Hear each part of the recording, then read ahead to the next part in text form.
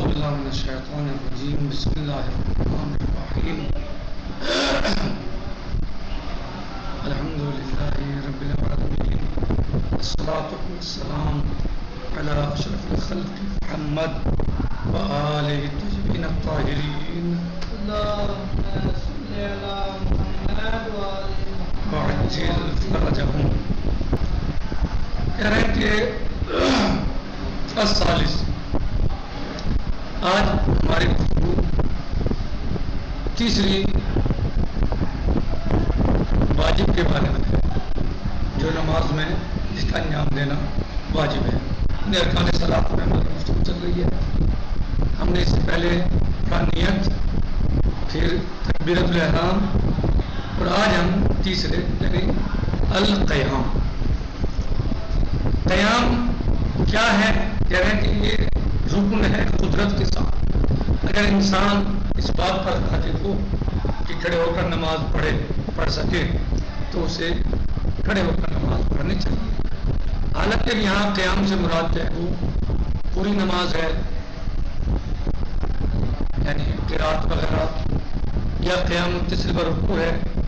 لیکن علماء اکثر و بیشتر بڑی تعداد میں، صاحب مسالک نے بھی جو کہا ہے وہ مقصود قیام متصل برکوع، قیام متصل برکوع ہے کہ جو واجب رکنی ہے.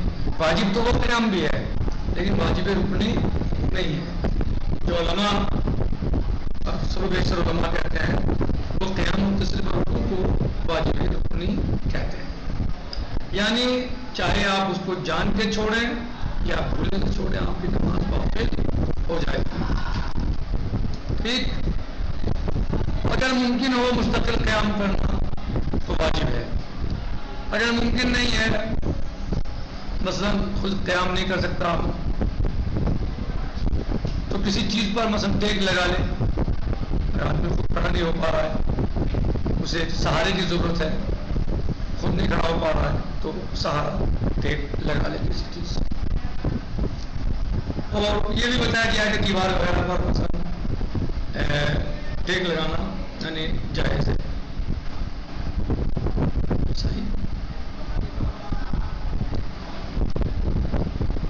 اگر بعض میں مثلا قیام کر سکتا ہے نماز میں، بعض میں نہیں، یعنی بعض حصے میں کر سکتا ہے اور بعض میں نہیں کر سکتا، تو جتنے میں کر سکتا ہے قیام کرے اور باقی بیٹھ کے اس کا نماز جائے، یعنی بیٹھ کے نماز پڑھے. حد کیا ہے اس کی ساتھ، یعنی قدرت رکھنے یا رکھنے کی حد کیا ہے، قادر ہونا قیام پر کیا ہے، تاکہ وہ اتنی دیر چل سکتا ہو جتنی دیر نماز پڑھی جاتی ہے. جتنی دیر چل سکتا ہے تو اس کا مطلب وہ قیام پہ قادر ہے.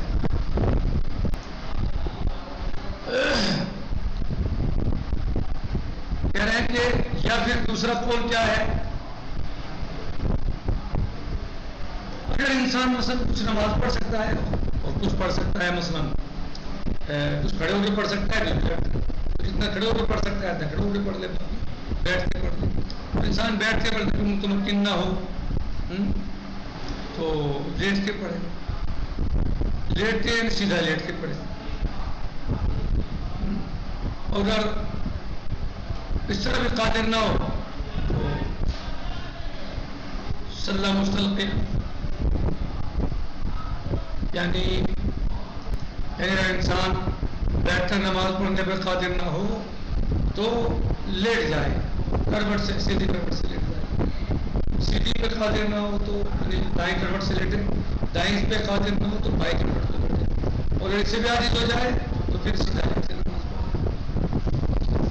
اور یہ دونوں ہیں، یہ مثلا لیٹنے والے چاہے وہ مستجیبن ہو یا مستلقین ہو، یہ دونوں جو ہیں میں رکوع کے لیے، سجود کے لیے اشارہ کرے گا.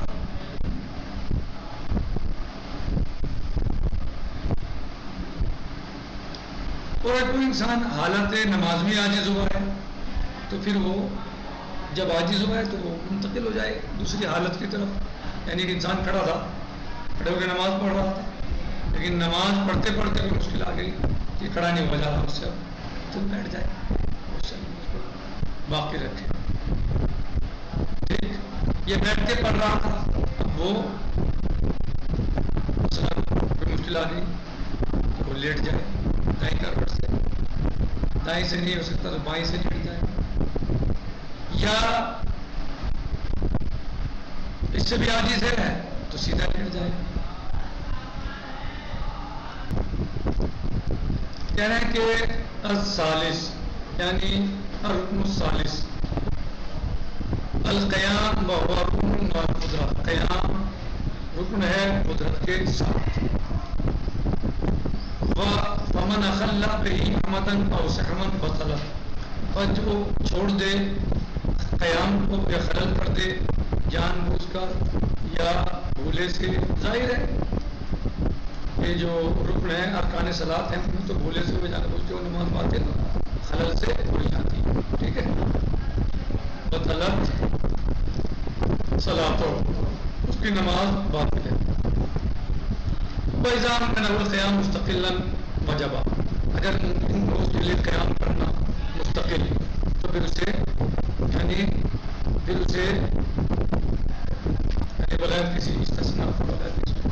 وَإِلَّا وَجَبَ أَن يَعْتَمِدَ عَلَى مَا يَتَمَكَّنُ مَعَهُ مِنَ الْقِيَامِ، اور اگر ممکن نہیں ہے تو قیام کرنا تو کیا کرے؟ وجب، واجب ہے یعتمد کہ وہ ٹیک لگائے عَلَى مَا يَتَمَكَّنُ مَعَهُ مِنَ الْقِيَامِ، کہ جس سے ٹیک لگا کے وہ قیام پڑھ سکتا ہے، قیام پر ممکن ہو سکتا ہے، مثلا کسی بھی چیز کی ٹیک لگائے. وَرُوِيَ جَوَازُ اعْتِمَادِ حَائِطٍ عَلَى الْقُدْرَةِ، اور کہہ رہے ہیں کہ جائز ہے، روایت میں آیا ہے کہ جائز ہے دیوار پر ٹیک لگانا قدرت کے ساتھ. یعنی کب؟ کہ یعنی قدرت رکھتا ہو کہ دیوار سے ٹیک لگا کے نماز پڑھ سکتا ہے. ایک انسان سیدھا کھڑا نہیں ہو سکتا، خود قیام نہیں کر سکتا، لیکن دیوار سے ٹیک لگا کے قیام کر سکتا ہے تو وہ دیوار سے ٹیک لگا کے نماز ادا کرے. وَلَوْ قَدَرَ عَلَى الْقِيَامِ بِبَعْضِ الصَّلَاةِ، اور اگر وہ بعض قیام کو یعنی بعض نماز کے بعد حصے کو قیام کے ساتھ انجام دے سکتا ہے، وجب یقوم بقدر مکانہ، تو اس کے اوپر واجب ہے کہ وہ قیام کرے جتنا اس کے لیے ممکن ہو. ٹھیک، جتنا اس کے لیے قیام ممکن ہو قیام کرے. وَإِلَّا صَلَّى قَاعِدًا، اور ممکن نہ ہو تو پھر کیا کرے؟ بیٹھ کے نماز پڑھے. وَإِلَّا صَلَّى قَاعِدًا.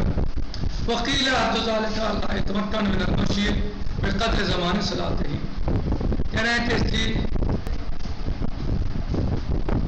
وَإِلَّا صَلَّى قَاعِدًا، ہاں حد وقیلا کہا ہے، حد ذالک اس کی حد کیا ہے کہ اللہ تمکن المشی بقدر زمانے صلاۃ، کہ وہ مثلا جو ہے ممکن نہ ہو اس کے لیے چلنا اتنی مقدار میں نماز پڑھ سکتا ہو.